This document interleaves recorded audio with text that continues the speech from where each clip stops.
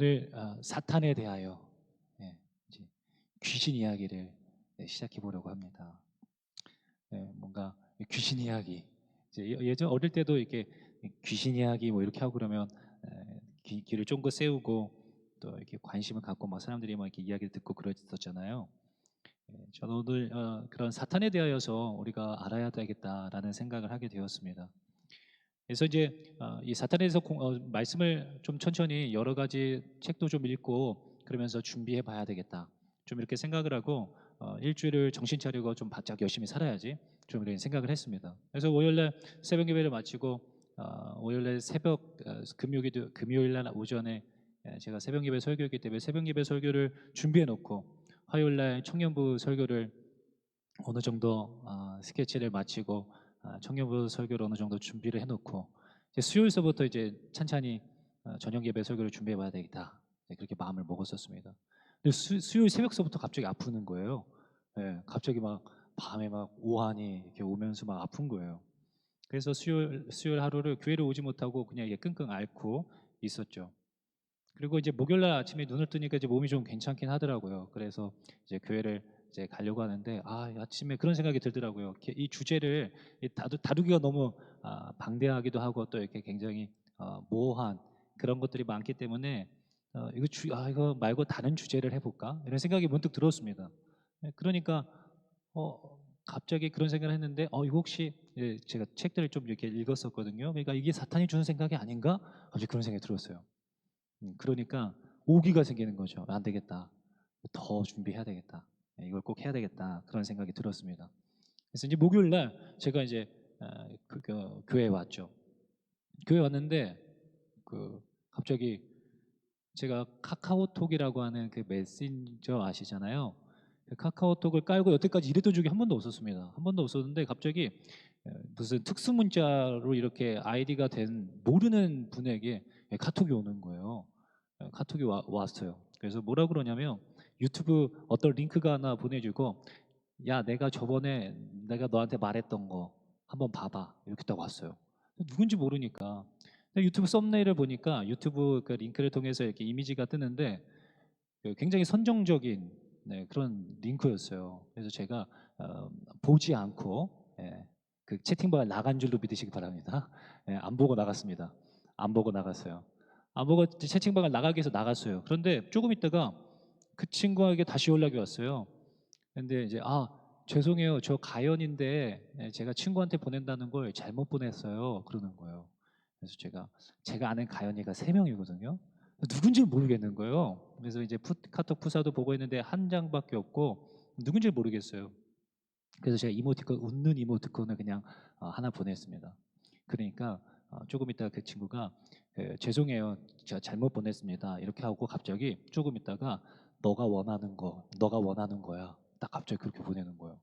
그래갖고 제가 또 갑자기 깜짝 놀라고 다시 채팅방을 나갔죠. 그러고 나서 다시는 연락 오지 않았습니다. 근데 그 일이 딱 이렇게 있는데 갑자기 뭔가 이게 섬뜩하고 이게 뭐지? 그런 생각이 들었어요. 목요일날 이제 이걸 준비하려고 하는데 이런 게 사탄의 공격인 것인가? 막 이런 생각도 해보고 그랬습니다. 사탄의 공격이었다 뭐 이런 거 얘기하는 게 아닙니다. 또 이상하게 여기 그러시면 안 됩니다. 그러면서 전 그런 생각했어요. 하나님이 이런 거 알려주시려고 하시는 것인가? 그런 마음도 들었어요. 우리 삶 가운데서 이렇게 비일비재하게 핸드폰을 통해서 여러 가지 다른 생각들을 하게끔 이렇게 사탄이 공격하고 할 수 있겠구나라는 생각을 하게 되었습니다. 근데 오늘날 우리는 사탄을 너무 무시해버리는 경향이 없지 않아 있습니다. 아예 사탄에 대해서 생각하고 생각조차 하지 않고 살아가는 거죠. 또는 그런 이야기 하는 것조차도 굉장히 꺼림칙해하고 별로 유쾌하지 않는 것입니다. 굉장히 시대에 뒤떨어진 것 같고 믿음이 없어 보이고 그런 거죠. 이것은 오늘을 살아가는 인생들이 범하는 가장 큰 실수 중에 한 가지입니다. 단순히 이제 귀신하면 이제 홍콩 할매 귀신이라든지 강시, 뭐 하얀 소복을 입고서 등장하는 어떤 전설의 고향에 나오는 그런 귀신들, 그런 귀신이 아닌 거죠. 요즘은 이제 뭐 좀비 뭐 이러잖아요. 이제는 조금 이제 사람들이 의식이 깨어서 그런 것보다는 조금 더 현실성 있는 어떤 현실성 있게 보이는 어떤 그런 공포스러운 어떤 그런 것에 더 두려움을 느끼니까 이제 좀비가 요즘에 더 이제 극성인데 그런 식으로 요즘은 사탄을 웃어 넘기는 또는 재미있는 오락거리로 전락시켜버리는 경향이 있는 것이죠. 앞으로 살펴보겠지만 사탄은 그런 류가 아닙니다. 훨씬 더 우리 삶 가운데 치명적이죠. C.S. 루이스가 이런 이야기를 했습니다. 사탄에 대해서 생각하지 못하도록, 의식하면서 살아가지 못하도록 무시해 버리도록 하는 것이 사탄의 계략이라는 것입니다. 사탄의 전략이라는 거예요. 자신에 대해서 인지하고서 살아가지 못하도록 한다는 것이죠. 심지어 마귀는 우리가 영적으로 잠든 상태에서 살아갈 수 있다면 어느 정도의 신앙적인 열심도 허락하고 능력도 허락한다는 것입니다. 그렇게 살아갈 수 있도록 허락한다는 거예요. 마태복음 7장 22절에서 23절에 보니까 그런 구절이 있잖아요. 많은 사람이 예수의 주의 이름으로 귀신을 쫓아내기도 하고 주의 이름으로 많은 권능을 행하기도 했었어요. 그랬는데 마지막 때 그때 예수께서 그들에게 밝히 말하되 내가 너희를 도무지 알지 못하니 불법을 행하는 자들아 내게서 떠나가라 하니라. 그런 능력을 행하고 귀신도 내쫓는 그런 능력이 있었는데 예수님 앞에 가보니까 난 너희들 모르는데, 난 너희들에게 그런 능력을 준 적이 없어, 난 너희들 몰라, 나한테서 떠나가라. 이제 그런다는 것이죠. 실제로 그런 일이 마지막 심판대 앞에 섰을 때 그런 사람들이 있을 거라는 것입니다. 예수님이 뭐 이렇게 거짓말을 하시는 게 아니죠. 실제로 귀신이 쫓겨나가기도 하고 어떤 권능이 나타나기도 하는 거예요. 근데 예수님으로부터 하나님이 주신 그런 것이 아니라 하나님이 모르는 일이라는 것이죠. 여러분, 하나님의 심판대 앞에서 그런 사람들에게 예수님이 난 너희들 모른다, 주여 주여 했지만 난 너희들 몰라라고 했을 때 이때 사탄이 옆에서 얼마나 배꼽을 잡고 박장대소 할까요? 상상만 해도 소름 끼치지 않습니까? 실제로 이런 일이 일어날 것이라는 것입니다. 마지막 때에. 그것은 다른 세상 이야기가 아니라 우리 마지막 때의 그날의 이야기인 것이죠. 그런 사람들이 꼭 있습니다. 우리 중에 그런 사람이 없기를 예수님의 이름으로 축원합니다. 이것은 성경 속에 이제 성경의 이야기를 보면 성경의 이제 인생 사람의 인간의 이야기가 시작하면서 동시에 사탄이 등장해요. 그리고 성경이 마무리되어지면서 사람의 인생의 이야기가 마무리되어지면서 사탄의 이야기도 마무리되어져요. 성경의 시작과 끝에는 사탄이 인간의 시작과 끝을 함께하고 있습니다. 그만큼 이 사탄 마귀는 우리의 인간의 삶과 굉장히 밀접해 있다는 것이죠. 그냥 무시해버리고 넘어가서도 안 되고 그럴 수도 없는 존재입니다. 성경의 곳곳에서 이 사탄에 대해서 수없이 언급하고 있고 경고하고 있어요. 여러 가지 이름으로. 그럼에도 불구하고 우리는 매일의 삶 속에서 사탄에 대해서 전혀 생각하지 않고 살아갈 때가 너무나도 많이 있다는 것이 문제인 것이죠. 그래서 저는 오늘 성경에 기록되어진 대로 그 선을 저는 절대로 넘어가지 않을 것입니다. 이 사탄 마귀 귀신에 대한 이야기를 해보려고 해요. 그러니까 제가 이제 설교 제목을 이제 넘겼죠. 이제 이런 설교 사탄에 대하여 이렇게 주보 만드는 목사님께 넘겨드렸어요. 그러니까 이거 진짜 할 거냐고. 그때부터 우리 목사님들이 막 계속 염려하는 거예요. 아유, 우리 종화 목사님 오늘 마지막 설교냐고. 이 설교하고 교회를 떠나는 거 아니냐. 이렇게 염려를 하시는 거죠. 왜냐하면 그만큼 이 귀신론에 관하여서 성경에 대해서 의견이 많이 분분하기도 하고 또 이단들이 이런 이야기들을 가지고서 여러 가지로 풀어내면서 이단들이 많이 나타나기 때문에 굉장히 조심스러운 부분이 사실이죠. 예. 또 그래서 어떤 목사님은 조금이라도 이상한 이야기를 하면 마이크를 끄고 불을 꺼버리겠다. 그런 일이 일어나지 않도록 저도 이 성경 바운더리 안에서 조심스럽게 이야기를 하려고 합니다. 저는 이 시간을 준비함에 있어서 마틴 로이드 존스 목사님의 교리 강좌 시리즈 제 1권 중에서 그 챕터 11번째 그 마귀와 타락한 천사들의 내용을 좀 이렇게 많이 정리하여서 오늘의 이 시간을 준비하게 되었습니다. 그래서 짧은 시간이지만 사탄에 대한 내용들을 좀 깊게 다루려고 하니까 이게 너무 시간도 많이 그렇고 그래서 이 짧은 1시간이라는 시간 속에서 전체적으로 한번 다뤄보려고 해요. 전체적이라기보다 좀 중요하게 싶은 부분들을 이렇게 다뤄보도록 하겠습니다.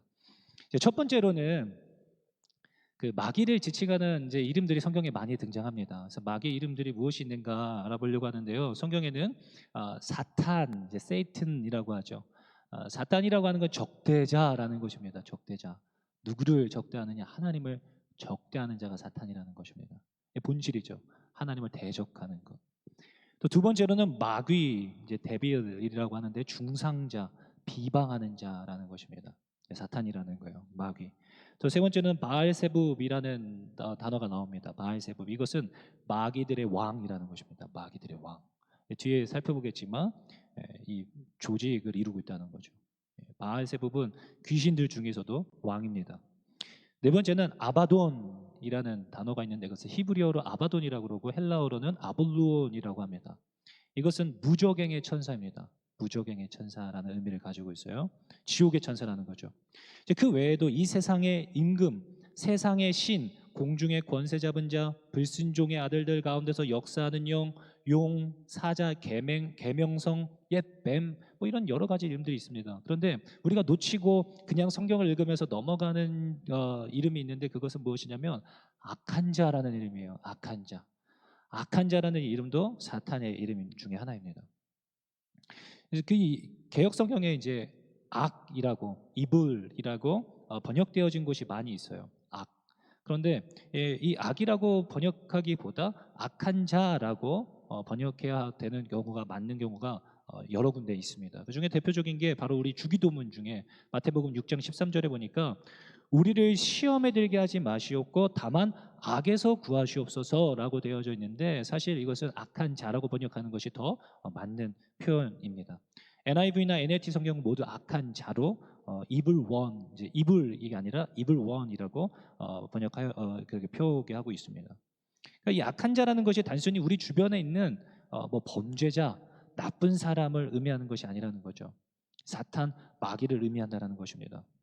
그리고 또 요한일서 5장 19절에 보니까 또 아는 것은 우리는 하나님께 속하고 온 세상은 악한 자 안에 처한 것이며라고 이야기하고 있어요. 악한 자 안에 세상은 처해져 있다라고 이야기하고 있죠. 이것은 사탄을 의미하는 거예요.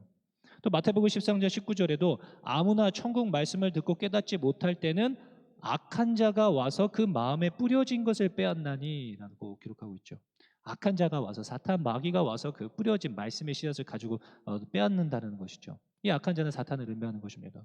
그래서 우리 예수님께서는 붙잡히시기 전에 기도하시면서 우리를 위한 기도를 하실 때에도 예수님의 제자들이 이 악한 자에게 빠지지 않도록 기도하신 것입니다. 내가 비옵는 것은 그들을 세상에서 데려가시기를 위함이 아니요 다만 악에 빠지지 않게 보존하시기를 위함이니이다. 이렇게 기도하셨거든요. 이것은 악한 자, 사탄의 손에 빠지지 않기를 보존하시기를 기도하신 것이죠. 대표적으로 베드로를 위해서 그렇게 예수님께서 사탄이 너를 밀가루 부르듯이 이렇게 요구하였지만 내가 너를 위해서 기도했다 말씀하셨었잖아요. 이것은 이제 모두 사탄의 또 다른 이름들인 것이죠. 두 번째로는 마귀는 인격을 가지고 있다는 것입니다. 인격을 가지고 있어요. 인격을 가지고 있는 존재. 생각하고 말하고 느끼고 대화할 수 있는 존재라는 것이죠. 그런데 많은 사람들이 이런 식으로 생각하면 너무 두렵기도 하고 불편하고 그리고 또 시대에 뒤떨어지든 믿음 없는 사람으로 생각하다 보니까 경향이 있어요. 그러나 그것은 그 성경이 그렇게 얘기하고 있지 않습니다. 비성경적인 태도예요. 왜냐하면 성경이 마귀는 인격이 있음을 분명히 말하고 있기 때문입니다. 대표적으로 예수님을 시험하였던 마귀. 예수님께 찾아와서 예수님에게 막 말을 걸잖아요. 전략을 짜와서 예수님을 시험하였습니다. 로봇가 아니죠. 예. 또 복음서의 여러 가지 기록들을 보면 이 귀신들이 막 두려워 떨기도 하고 막 그랬죠. 또 욥기 1장에서도 마찬가지로 욥을 시험하고자 예수님께 요청하였던 사탄도 마찬가지로 분명히 한 인격체로 성경에서 말을 하고 있다는 것을 우리는 알 수 있습니다. 의심의 여지가 없어요. 사탄은 인격을 가지고 있는 존재라는 것입니다. 그러므로 여기서 우리가 생각해 볼 수 있는 것은 그러니까 우리 안에 있는 어떤 죄악성, 어떤 연약함, 그것으로 인한 어떤 죄들이 이렇게 우리 안에 있고 막 그럴 수 있잖아요. 그런데 그와는 또 다른 별개로 우리를 대항하고 있는 외부의 인격적 존재가 있다는 사실을 우리는 인식하고 있어야 된다는 것입니다. 우리를 대항하고 우리를 넘어뜨리려 하고 시험 들게 하고 어떻게든 타락시키려고 하는 어떤 인격체가 있다는 사실을 우리가 인식하고 있어야 돼요. 그런데 이 인격적인 존재는 조직되어진 이 사탄은 왕국의 우두머리라는 사실이에요. 우두머리. 아까 바알세붑이라는 단어에서 보았듯이 그 사탄들의 그 귀신들의 왕이 있습니다. 그래서 예배소서 6장 12절에 보니까 우리 예배소서 6장 12절 말씀 한번 띄워봐 주시겠어요? 보니까 이렇게 되어져 있어요. 한번 함께 읽어보겠습니다. 시작.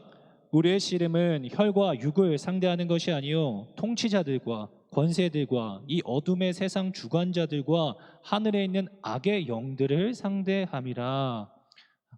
그러니까 여러 어떤 막 단어들이 나와요. 이것은 다 조직체라는 것입니다. 그러니까 우리가 상대할 적이 어떤 왕국을 이루고 있는 조직이라는 것이죠. 이렇게 생각하면 느낌이 달라요.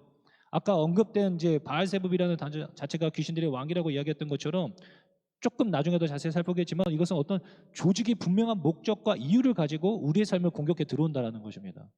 네. 어떤 조직이 우리의 삶을 이렇게 비집고 들어오는 것이죠. 전략을 가지고. 네. 이러한게 우리의 삶을 노리고 어떤 우리의 삶을 넘어뜨리려는 자들이 있다라는 것을 우리는 반드시 인식하고 신앙생활을 해야 합니다. 자, 그렇다면 여기서 잠시 그런 생각이 드실 수 있는데요. 아니, 그렇다면 얘네들은 도대체 어디로부터 온 것인가? 어디서 왔는가? 어떻게 이 악이라고 하는 것이 생겼는가에 대한 의문이 들지 않으십니까? 왜 생겨났을까? 그러니까 이러한 악의 궁극적인 기원은 성경에서 이게 참 쉽지 않은 주제예요. 예. 궁극적인 악의 기원. 왜냐하면 성경이 이에 대해서 분명하게 말하고 있지 않습니다. 그래서 결론부터 이야기하자면 사실 가장 성경적인 옳은 대답은 우리는 알 수 없다가 정답이죠. 악의 기원 알 수가 없어요.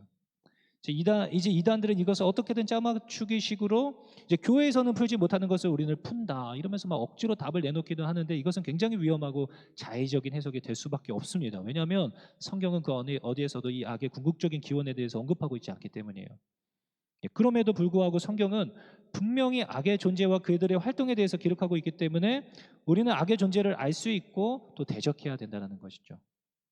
거기까지인 것입니다. 거기까지. 저는 지금 사탄을 말하는 것이 아니라 악의 궁극적 기원을 말하는 것인데요. 다만 성경은 악의 기원에 대해서 말은 하고 있지 않지만 사탄의 존재가 어떻게 시작되었는지는 밝히고 있어요. 사탄이 어떻게 시작되었는가? 제가 마귀의 기원은 이제 창세기에 있는 에덴 동산이 아니에요. 에스겔 28장으로 가봐야 됩니다. 에스겔에서 28장인데요. 에스겔에서 28장 11절에서부터 19절은 이제 대부분의 신학자들이 이제 의심의 여지 없이 이거 사탄에 대한 설명이다라고 말을 하고 있습니다. 그러니까 28장 전체는 어떤 두 인물을 이렇게 다루고 있어요. 두 인물을 다 소개하고 있는데 첫 번째로는 두로 왕에 대해서 이야기합니다. 그런데 11절에서부터 시작되는 이제 어떤 그런 묘사는요, 절대로 사람에 대한 묘사가 아닙니다. 사람에 대한 묘사가 아니에요. 분명히 사람 이상의 존재를 묘사하고 있다는 것을 알 수 있습니다. 근데 이런 어떤 이런 방식이 성경 전반에서 볼 수 있는 어떤 것을 예표하거나 암시할 때 쓰는 성경의 전형적인 방식이에요. 우리 잘 알지 않습니까? 예수님의 나심과 사역에 대한 어떤 여러 예언들이나 이런 것을 할 때 성경이 이중적인 형태로 예수님을 묘사해요. 가령 예를 들어서 어떤 왕에 대한 어떤 예언자로 이야기하지만 이사야서나 뭐 그런 데 보면 그런 뭐 왕이나 어떤 예언자처럼 소개하고 있지만 결국 그것은 오실 메시아 예수님에 대한 암시였다라는 것은 우리를 잘 알고 있죠. 그런 방식으로 이 사탄에 대한 언급이 이루어지고 있습니다. 에스겔서 28장 11절부터 19절 말씀인데요. 한번 이건 같이 보면 좋을 것 같아서 PPT로 준비했는데요. 같이 한번 읽어보면 좋을 것 같아요. 조금 길지만 천천히 한번 읽어보면 의외로 재밌고 이렇구나라는 생각을 하실 수 있으실 수 있어요. 한번 읽어보겠습니다. 시작. 여호와의 말씀이 또 내게 임하여 이르시되 인자야 두로 왕을 위하여 슬픈 노래를 지어 그에게 이르기를 주 여호와의 말씀에 너는 완전한 도장이었고 지혜가 충족하며 온전히 아름다웠다.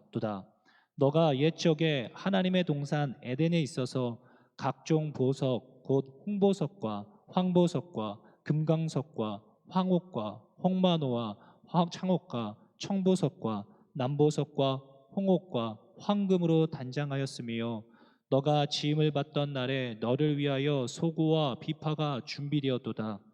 너는 기름 부음을 받고 지키는 그룹임이여 내가 너를 세움에 너가 하나님의 성산에 있어서 불타는 돌들 사이에 왕래하였도다. 너가 짐을 받던 날로부터 내 모든 길에 완전하더니 마침내 내게서 불의가 드러났도다. 내 무역이 많으므로 내 가운데 강포가 가득하여 내가 범죄하였도다. 너 지키는 구루바 그러므로 내가 너를 더럽게 여겨 하나님의 산에서 쫓아냈고 불타는 돌들 사이에서 멸하였도다. 내가 아름다움으로 마음이 교만하였으며 내가 영화로움으로 내 지혜를 더럽혔으며 내가 너를 땅에 던져 왕들 앞에 두어 그들의 구경거리가 되게 하였도다. 내가 죄악이 많고 무역이 불의함으로 내 모든 성소를 더럽혔으며 내가 내 가운데에서 불을 내어 너를 사르게 하고 너를 보고 있는 모든 자 앞에서 너를 땅 위에 재가 되게 하였도다. 만민 중에 너를 아는 자가 너로 말미암아 다 놀랄 것이며 내가 공포의 대상이 되고 내가 영원히 다시 잊지 못하리로다 하셨다 하라. 예, 사탄에 대한 기록이 맞습니다. 이건 사람이 아닌 거죠. 예, 이 에스겔서 28장을 통해서 우리가 알 수 있는 몇 가지 분명한 사실들이 있습니다. 예, 첫 번째로는 사탄은 창조된 존재라는 거죠. 분명히 창조된 존재라고 성경이 말을 하고 있어요. 13절에 보니까 너가 지음을 받던 날에 너를 위하여 소고와 비파가 준비되었도다 이제 이야기하죠. 너가 지음을 받았을 때 소고와 비파 어떤 엄청난 그 찬양이 있었다는 거죠. 그리고 15절에 너가 지음을 받던 날로부터 내 모든 길에 완전하더니 지음을 받던 날이 있었던 것입니다. 그런데 마침내 내게서 불의가 드러났도다. 그러니까 마귀는 영원 전부터 존재했던 존재가 아닙니다. 사탄은 어떤 창조된 피조물이라는 거죠. 근데 간혹 어떤 사탄을 신격화하면서 하나님을 대항하는 어떤 하나님보다는 힘이 약한 어떤 영적인 존재로 어떤 신으로 생각하는 그런 경향이 있는 게 있는데 뭐 영화나 이런 데서 그렇게 다루죠. 마치 대항하던 옛날의 어떤 신인 것처럼 그것은 사실이 아닙니다. 하나님이 창조한 창조물입니다. 두 번째로 그런데 이 사탄이 이제 큰 권세를 가지고 있었다라고 기록되어져 있어요. 12절에 너는 완전한 도장이었고 지혜가 충족하며 온전히 아름다웠도다라고 이야기하고 있습니다. 완벽한 도장, 그러니까 완벽한 표본이었다는 거죠. 모범이었다라는 것입니다. 너는 완전한 모범이었어. 너무너무 아름다웠어요. 온전히. 근데 이게 이제 사탄의 처음 창조되었을 때 모습이라는 것입니다. 거의 완전체, 흠이 없는, 빈틈이 없는 상태. 뿐만 아니라 14절에 보니까 이 사탄은 그룹이었대요. 그룹. 근데 이 그룹이었는데 기름 부음을 받고 지키는 그룹이었다라고 말을 하고 있습니다. 기름 부음을 받은 그룹이었대요. 보통 그룹이 아닙니다. 이제 그룹이라고 하는 단어는 이제 A 그룹, B 그룹, C 그룹, 뭐 조모임 할 때 그 그룹이 아닙니다. 이 그룹은 성경에서 하나님의 보좌를 지키는 어떤 특정 천사를 지칭하는 단어입니다. 단어. 네, 단어예요. 근데 아마도 천사들 중에서도 이 그룹은 가장 높은 존재로 하나님을 예배하고 찬양하면서 하나님의 보좌를 지키는 특정 천사들로 보여집니다. 예. 그러니까 가장 높은 존재 천사인 거예요. 그런데 이 사탄은 그 그룹 중에서도 기름 부음을 받은 그룹이었다는 거예요. 기름 부음을 받은. 그러니까 엄청난 표현이죠. 구약에 보면 왕이나 선지자나 제사장에게만 기름을 부었었는데 이 사탄은 그 그룹들 중에서도 기름 부음을 받았던 천사. 그러니까 거의 그 그룹들의 대표격인 거죠. 네, 대표격. 그리고 에스겔서 28장에서 이제 우리에게 익숙한 지명이 하나 나오죠. 이게 뭐냐면 이 사탄이 처음에는 13절에 보니까 하나님의 동산 에덴에 있었다라고 하는 표현이 나옵니다. 에덴에 있었대요. 그러니까 이렇게 보면 또 아담과 하와가 살기 전에 이 그룹이 먼저 살았던 거구나라고 생각하실 수 있는데 좀 다르다라고 신학자들은 생각하고 이야기하고 있습니다. 그러니까 하나님이 창조하신 그 처음에 그 창세기 1장에 나오는 에덴 동산은 이제 과일, 이제 열매들이 막 이렇게 가득한 건데 오늘 성경에서는 보석들로 묘사되어지고 있죠. 근데 이 주제에 대해서 조금 조심스러운 부분이긴 하지만 그 이제 이 마틴 로이드 존스 목사님은 이것에 대해서 여러 가지 이제 성경 구절들로 이제 입증을 해 나가지만 간략하게 언급만 하자면 이 에덴 동산이 창세기 1장의 창조 이전에 다른 공간이 먼저 창조되어졌을 것이다라고 이런 견해를 가지고 있으시더라고요. 이거는 성경에 나오는 내용이 아니기 때문에 뭐 확실하고 그런 건 아닙니다. 견해입니다, 견해. 어찌되었든 하나님에 의해서 창조되어진 이 마귀는 15절 말씀에 보니까 그 모든 길에서 완전했지만 불의가 드러났고 그렇게 해서 쫓겨났다라고 기록되어져 있는 것입니다. 17절에도 보니까 너가 아름다움으로 마음이 교만하였으며 너가 영화로움으로 내 지혜를 더럽혔으며 이렇게 이야기하고 있어요. 거의 완벽에 가까운 너무나 아름다운 이 천사는 스스로 자신을 높였고 시간이 지나면서 점차 교만하게 되었습니다. 교만하게 되어졌을 뿐만 아니라 스스로 하나님을 예배하고 찬양하는 어떤 그런 것을 이끄는 존재가 아니라, 대표가 아니라 스스로 예배받고 싶어 했어요. 그리고 하나님과 대등하게 되고 싶어 했습니다. 그리고 결국 이 천사는 하나님에게 대항하여 자신을 높였고 하나님께 죄를 범하였고 하나님에 의해서 내어 던져졌다, 쫓겨났다라고 기록되어져 있는 것이죠. 이게 사탄의 시작입니다. 이것이 이사야 14장의 이제 12절로부터 15절에도 이런 내용이 나옵니다. 한번 PPT 한번 띄워봐 주시면 또 한번 눈으로 한번 봐주셔도 되고요. 제가 한번 읽어보도록 하겠습니다. 제가 한번 읽어볼게요. 너 아침의 아들 계명성이여 어찌 그리 하늘에서 떨어졌으며 너 열국을 엎은 자여 어찌 그리 땅에 찍혔는고 너가 내 마음에 이르기를 내가 하늘에 올라 하나님의 뭇별 위에 내 자리를 높이리라 내가 북극 지폐의 산 위에 앉으리라 가장 높은 구름에 올라가 지극히 높은 이와 같아지리라 하는도다. 그러나 이제 너가 수올 곧 구덩이 맨 밑에 떨어짐을 당하리로다. 이것도 사탄 같은 맥락의 표현들입니다. 같은 대상이죠. 의심의 여지가 없습니다. 사탄에 대한 구절이 맞습니다. 자, 그러니까 문제는 어떻게 이렇게 완벽에 가까웠던 이 천사가 이러한 일을 저지를 수 있었는가에 대해서 악의 궁극적인 기원, 어떻게 그런 생각을 할 수가 있었지? 어떻게 하나님과 같이 대항하려고 하는 마음을 가졌을까라는 어떤 그런 마음의 출처에 대해서는 성경에 기록되어져 있지가 않아요. 그래서 우리가 알 수 없는 거죠. 그냥 이런 일이 벌어졌다라고 성경은 기록하고 있습니다. 그러므로 우리는 성경에서 말하고 있지 않은 사실에 대해서 어떻게든 우리의 제한적인 사고로 답을 도출해 내려고 죄를 범하여서는 안 되는 것이죠. 이 부분에 대한 언급이 없기 때문에 하나님이 이제 뭐 실제가 아니고 성경이 허구다라고 말할 수 있는 것이 아닙니다. 성경은 이 땅의 모든 신비에 대해서 다 설명하고 있지 않잖아요. 저 태양이 어떻게 저렇게 떠 있고 열을 내고 빛을 내고 있는지에 대해서 성경에 기록하고 있지 않아요. 그냥 빛이 있으라 하면 빛이 있었더라. 이게 그 끝이거든요. 설명하고 있지 않아요. 그러나 사실이죠. 성경에 대해서도 그런 것들을 세세하게 설명하고 있지 않습니다. 성경의 기록의 목적이 다르기 때문에. 또 설명한다 한들 우리가 다 이해할 수 있을까요? 그런 자연의 신비나 이런 것들을 아마 그러지 못할 것 같아요. 그래서 결국은 믿음이라는 주어진 계시에 우리가 만족하는 것입니다. 가라고 하는 곳까지 가고 멈추라는 곳에서 멈춰서 그 말씀에 아멘으로 화답하는 것이 믿음인 것이죠. 어찌되었든 에스겔서 28장을 통해서 우리가 알 수 있는 것은 마귀가 분명히 창조되었고 악한 생각을 하게 되었고 하나님께 대항함으로 쫓겨났다는 사실, 거기까지인 것입니다.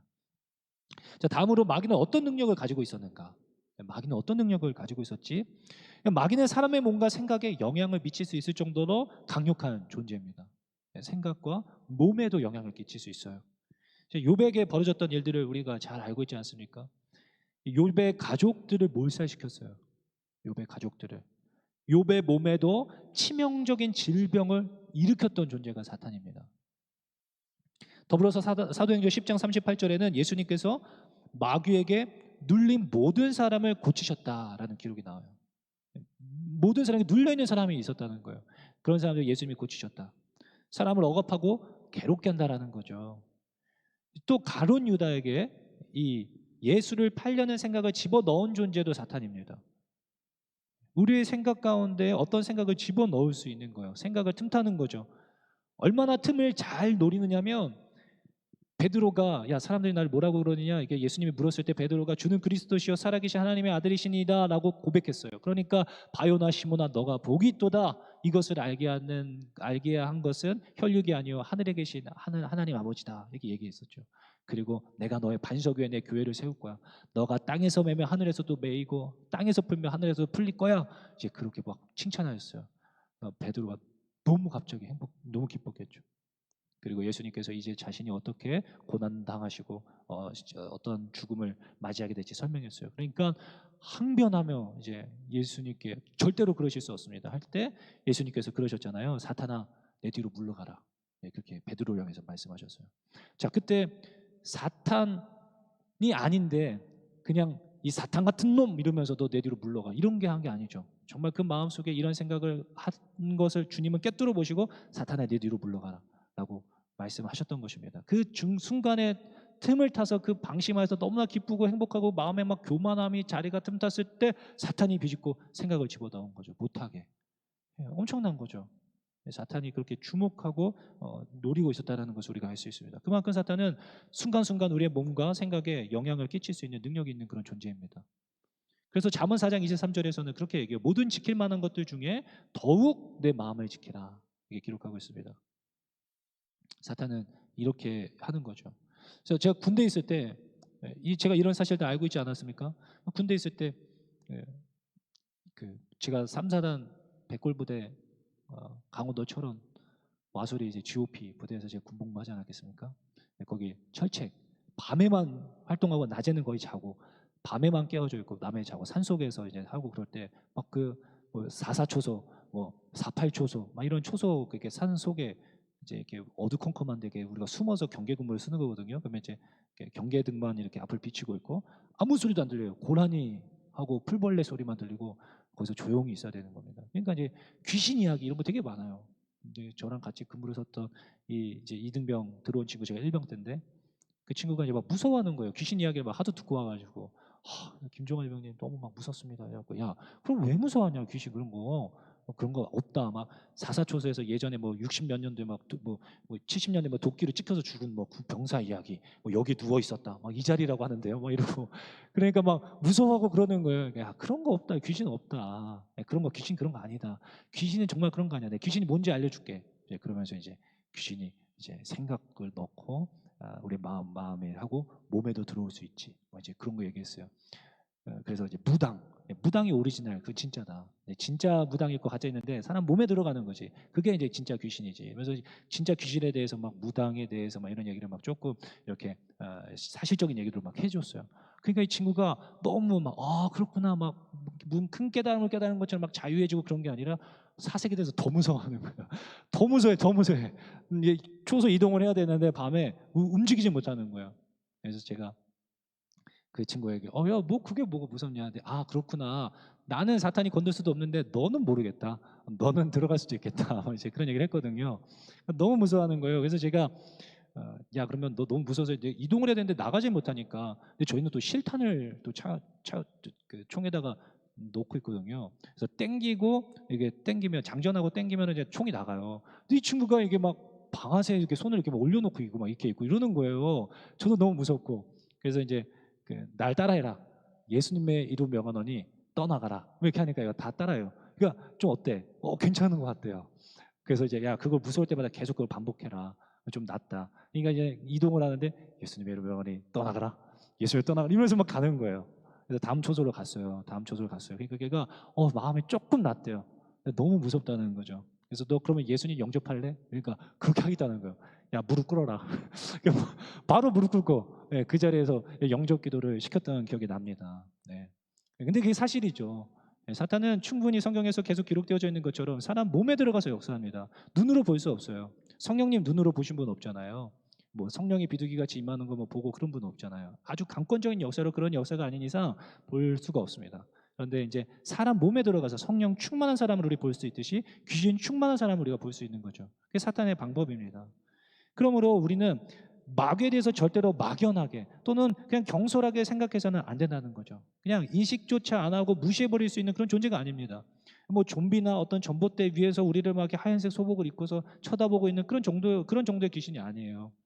이런 어떤 인격적인 조직을 가지고 있는 정말로 우리 생각과 마음 가운데 우리 몸까지도 영향을 끼칠 수 있는 그런 존재가 우는 사자와 같이 삼킬 자를 찾고 있는 탁월한 능력이 있는 천사들보다도 뛰어난 존재, 기름 부음을 받은 그룹이었다는 것을 우리는 기억하고 있어야 됩니다. 명심해야 돼요.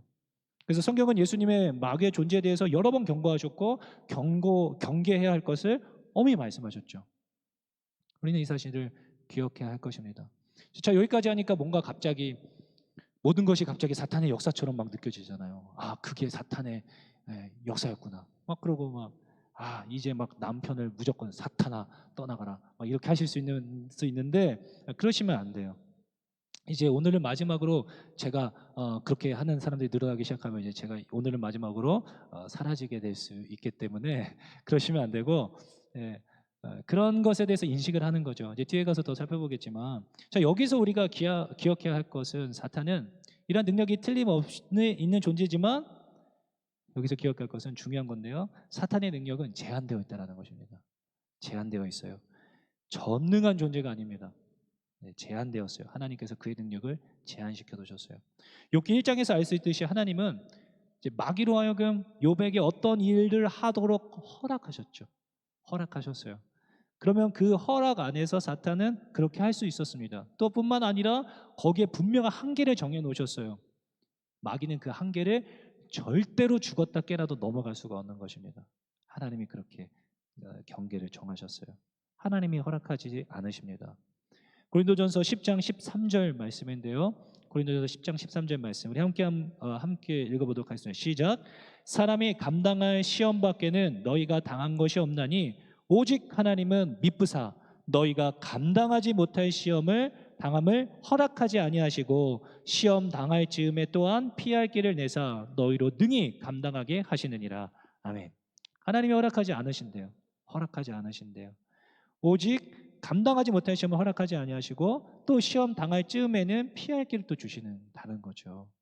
그래서 결국에는 궁극적으로 마귀는 하나님의 능력 안에서만 행동할 수 있는 것입니다. 다시 말해서 우리가 이해할 수 없는 어떤 이유와 목적이 있기 때문에 하나님이 마귀에게 어떠한 특별한 일들을 할 수 있도록 허락하셨어요. 이 땅에서 활동할 수 있도록 권세를 주셨어요. 그러나 그마저도 하나님의 통제 아래에 있고 제한이 있습니다. 근데 모르겠어요. 왜 하나님이 그렇게 하셨는지는, 왜 마귀에게 그런 권한과 능력을 주셨는지는 잘 모르겠습니다. 그러나 우리가 지금 이 역사를 전체적으로 볼 때 하나님의 나라에 사탄이 활동을 더 많이 하고 막 득세하고 할수록 하나님의 나라는 더 확장되어졌고 하나님의 영광은 더 드러났죠. 사탄이 하나님의 나라를 가로막거나 그럴 수 있진 않았습니다. 어찌되었든 사탄은 하나님의 능력 안에서만 활동할 수 있음을 여러분 기억하십시오. 그러므로 사탄과 사탄의 시험과 공격을 두려워할 것이 아닙니다. 두려워할 필요가 없어요. 그러나 무시해서도 안 된다는 거예요. 대적해야 하는 거죠. 이 사실을 기억해야 합니다. 자, 또 우리가 알아야 할 것은 이 마귀는 어디에 존재하는가? 어디에 존재하는가? 이거 중요한 것 같아요. 이제 마귀는 하나님과 같이 그 어디에나 존재하는 이제 편재한다. 이제 하나님께서 그 모든 곳에 다 거하시잖아요. 우리 마음속에는 어느 곳에 다 거한다. 이게 하나님의 편재하심이신데 그런 존재가 아닙니다. 사탄은 유한한 존재예요. 유한한 존재입니다. 욥기에 보면 땅을 두루 돌아 여기저기 돌아다녔다는 구절이 나오거든요. 또 베드로전서에는 우는 사자와 같이 삼킬 자를 찾는다라고 기록되어 있습니다. 또 복음서에는 사탄이 사람 몸에 들어가기도 하고 돼지의 몸에 들어가기도 했었어요. 그러다 보니까 막 우리가 막연하게 그 영적인 존재 이러니까 막 사탄이 무조건 막 어디나 막 이렇게 있고 막 그렇게 생각할 수 있는데 사탄은 피조된 존재이기 때문에 한 번에 한 장소에만 있을 수 있는 유한한 존재예요. 다만 이 사탄이 많은 귀신을 거느리고 있는 거죠. 많은 귀신을 거느리고 있어요. 마태복음 25장 41절에 보니까 또 왼편에 있는 자들에게 이르시되 저주를 받은 자들아 나를 떠나 마귀와 그 사자들을 위하여 예비된 영원한 불에 들어가라 라고 이야기하고 있어요. 그 사자들을 위한. 또 베드로 후서 2장 4절에는 하나님이 범죄한 천사들을 용서하지 아니하시고 사탄만 범죄한 게 아니라 사탄을 따라서 범죄한 천사들이 있었다는 거예요. 천사들.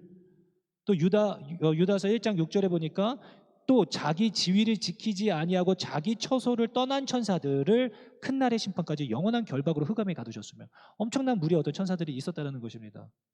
그러니까 이 마귀뿐만 아니라 죄를 범한 특정한 천사들이 무리를 지어서 군대를 이루고 또 그렇게 어떤 조직을 이루어서 활동한다는 것이죠. 그 수가 얼마가 되는지는 알 수 없지만 우리 모든 인류에 영향을 끼치고 있다는 것을 보면 적지 않다는 것을 알 수 있습니다. 모든 영역을 통해서 조직적으로 활동을 하고 있다는 것입니다. 그럼 이 타락한 천사들, 사탄 마귀들은 무엇을 하는가? 이 땅을 두루 돌아다니면서 무엇을 하는가? 첫 번째 활동은 인간을 타락하게 만드는 것이죠. 이게 첫 번째 목적입니다. 창세기 3장에 나오죠. 창세기 3장에 아담과 하와를 깨어내서 타락하게 만들었습니다. 하나님을 반대하게 만드는 것이죠. 그리고 하나님을 의심하게 만들고 또 실망하게 만들고 하나님으로부터 멀어지게 만드는 것. 이것이 사탄이 하는 것입니다. 그리고 나서 하나님의 영광을 가리우고 싶은 것이죠. 그리고 예수님의 이름을 조롱하고 싶어 하는 것입니다.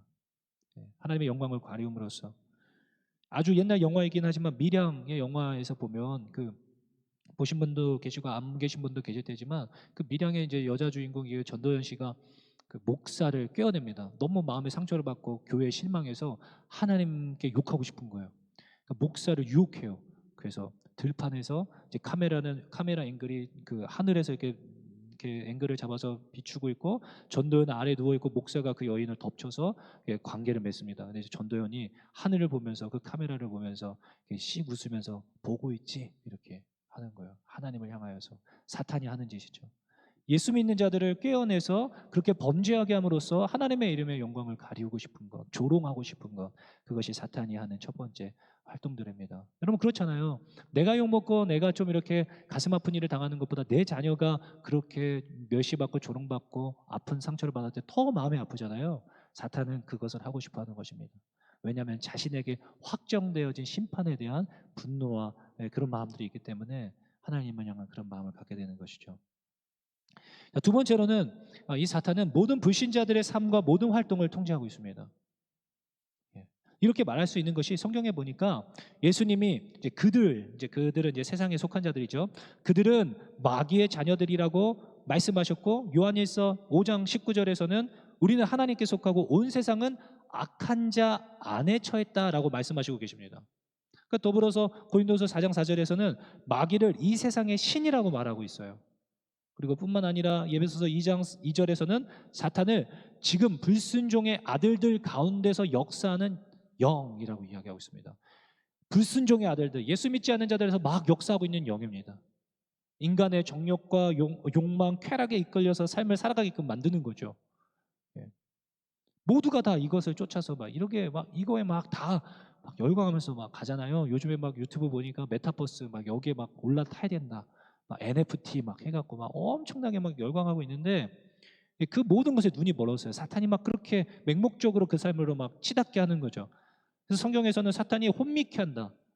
예수를 믿지 않는 그들은 자들의 마음에 혼미케 하여 복음의 광채가 비치지 못하게 한다라고 기록하고 있습니다. 그러니까 모두 사망의 길로 코를 꿰어서 막 끌고 가듯이 막 끌고 가고 있는 거죠. 비참하죠. 사망의 길로 끌고 가고 있는 것입니다. 불순종의 아들들 가운데서 역사하는 영. 자, 그렇다면 이 마귀가 우리 예수 믿는 자들에게는 어떠한 일들을 하는가?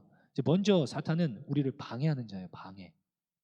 그러니까 성경에 보면 이런 기록들이 여러 번 등장하는데요. 대표적으로 다니엘서 10장 13절에 보니까 바사왕국, 사탄을 의미하는데 천사장 미가엘을 방해했다고 기록되어져 있어요. 제가 이게 시간이 막 없어서 읽지 않는겠는데 방해하고 있다. 또 신약성경에서는 바울은 자신의 몸을 괴롭게 하는 위축시키는 사역을 하는데 계속 위축게 하고 하는 것은 사탄의 가시, 육체의 가시, 사탄의 사자에 대해서 말을 했었죠. 데살로니가전서 2장 18절에서는 사도 바울이 데살로니가에 가기를 원했지만 사탄이 막았다라고 기록하고 있습니다. 사탄이 하는 일입니다. 사탄이 우리를 방해하고 있어요. 그리고 나서 우리를 낙심시키는 거죠. 실패하게 하고 절망하게 하고 위축시키는 것입니다. 그래서 누가복음 22장 31절에 사탄이 너희를 밀가부르듯 하려고 요구하였었다라고 기록되어져 있잖아요. 예수님이 그러지 못하도록 하나님께 간구했었습니다. 이 사건 이후에 베드로가 예수님을 3번 부인하고 모든 제자들이 예수님을 부인하고 다 도망치죠. 그리고 저보다 절망하고 낙심하고 자신의 삶의 자리로 일터로 다시 되돌아가서 루저가 되어서 그렇게 아무런 생명력 없이 그렇게 살아가고 있지 않았습니까? 사탄이 그렇게 뭐 만들고 있는 거예요. 절망하게 하고 낙심시키는 것입니다. 사탄은 전략적으로 우리를 다운시키고 우울하게 만들고 비참한 삶을 살게끔 만드는 것입니다. 하나님의 자녀임에도 불구하고 그럴 수 있어요. 사탄의 공격에 의해서 우리는 그렇게 살아갈 수 있습니다. 끊임없이 사탄은 먹음직하고 보암직하고 지혜롭게 할 만큼 탄스러운 것들을 보여주면서 유혹하는 거죠. 그리고 계속 박탈감을 느끼게 하고 비참하게 만드는 것입니다. 아니 저 사람은 저렇게 사는데 나는 왜 이렇게밖에 못 살지?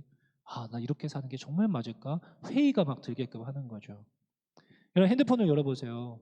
여러분 사탄이 세상을 어디로 몰고 가고 있는지 여러분 보이지 않으세요? 엄청난 광고, 엄청난 그 물건을 사게끔 막 광고가 막 계속 뜨고 부귀 영화를 보여주면서 내게 절하라고, 그러면 내가 이거 너에게 주겠다라고 유혹하고 있는 것입니다.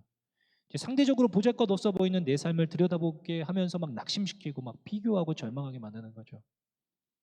사랑하는 성도 여러분, 오늘 이 밤에 제가 실질적인 어떤 그런 이야기들 막 예전에 새벽 예배 시간에 다루긴 했었지만 제가 이렇게 귀신 들렸다, 내 딸이 귀신 들렸다, 그래서 좀 우리 집에 와서 예배 드려주세요, 막 이런 이야기 막 있고 막 여러 가지 막 그런 에피소드들이 있긴 있었는데, 원래 그런 이야기를 좀 해봤으면 좋겠다 해서 시작했는데, 그렇게 시작하면은 교회 오래 사역하지 못할 수 있겠다라는 생각이 들고, 그래서 이게 정리를 하다 보니까 그랬어요. 실질적인 이야기를 다루진 않았지만 우리는 이 대적과 대결하고 있음을 우리는 명심해야 합니다.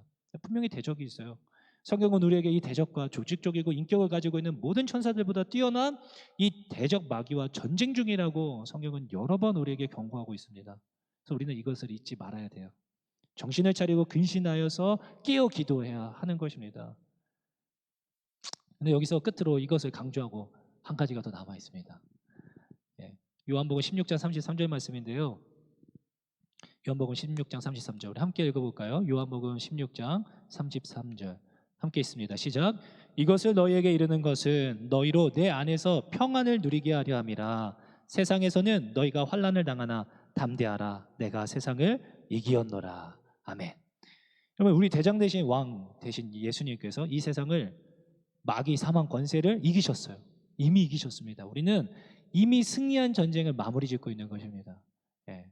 결과를 알고 있는 뻔한 전쟁을 하고 있는 거예요. 그러므로 오늘 본문의 말씀과 같이 우리는 마귀를 대적하는 것입니다. 대적하는 거예요. 그리하면 사탄 마귀가 우리를 대항하여 싸우는 게 아니라 사탄 마귀가 우리를 피할 수뿐이 없는 거예요. 예, 피하게 되는 존재입니다. 감히 우리에게 어떻게 할 수가 없어요. 근데 문제는 우리가 대적하지 않고 모르고 그냥 인식하지 못하고 살아가면 그것에 대해서 그냥 그렇게 공격당하고 우리를 괴롭게 하고 방해하는 사탄 마귀에게 속아서 절망하고 낙심하며 그렇게 삶을 살아갈 수 있다는 것입니다. 그러므로 사랑하는 성도 여러분, 사탄 마귀는 두려워하거나 피할 존재가 아니에요. 대적해야 하는 존재라는 것을 기억하십시오. 자, 그러면 어떻게 대적해야 되는가? 짧게 살펴보면 요한계시록 12장 11절 말씀해 보니까 이렇게 얘기해요. 요한계시록 12장 11절 말씀 우리 함께 읽어보도록 하겠습니다. 시작. 또 우리 형제들이 어린 양의 피와 자기들이 증언하는 말씀으로써 그를 이겼으니 그들은 죽기까지 자기들의 생명을 아끼지 아니하였도다. 아멘.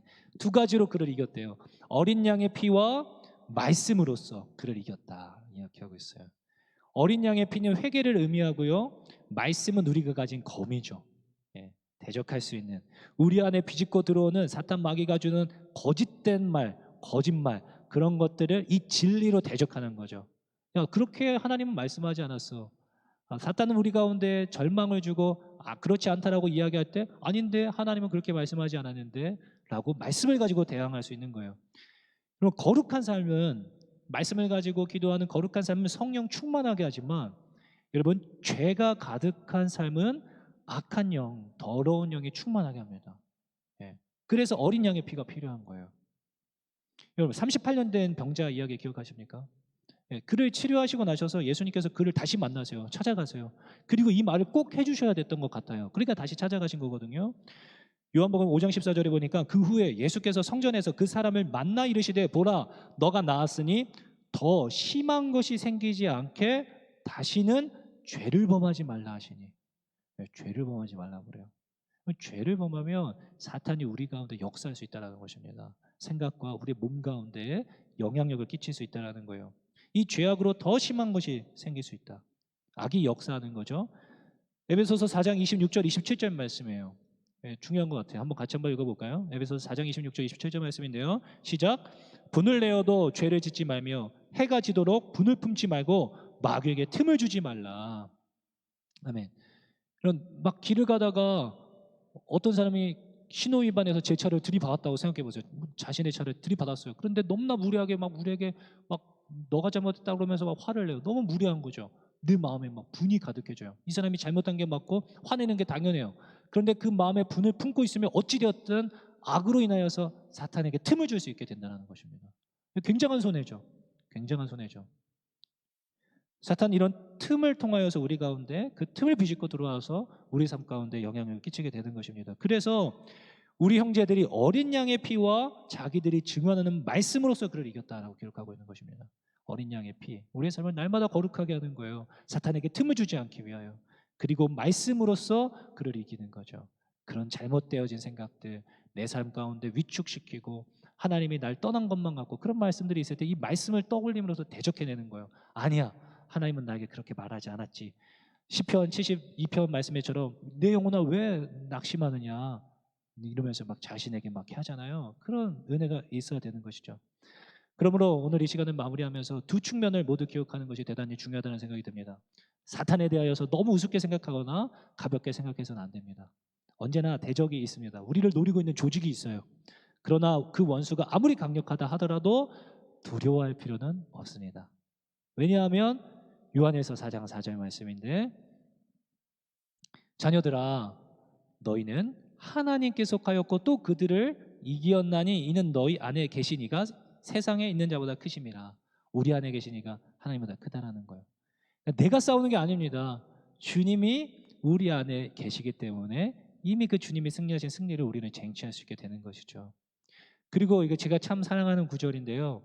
제가 어저께 설교 준비하고서 이 찬양 틀어놓고서 막 있었는데 막 마음이 막 심장이 막 뛰기 시작하면서 막 그랬었습니다. 함께 한번 읽어볼까요? 시작. 그러나 이 모든 일에 우리를 사랑하시는 이로 말미암아 우리가 넉넉히 이기느니라. 아멘. 이 모든 일이 있지만 나를 사랑하시는 이로 말미암아서 우리가 넉넉히 이긴다는 거예요. 넉넉히. 또 넉넉히 이겨도 남는다라는 거예요. 그러니까 두려워할 존재가 아닙니다. 대적할 존재라는 것을 기억하시고 어린 양의 피와 하나님의 말씀으로 승리하실 수 있는 저와 여러분들 되실 수 있기를 예수님의 이름으로 축원합니다.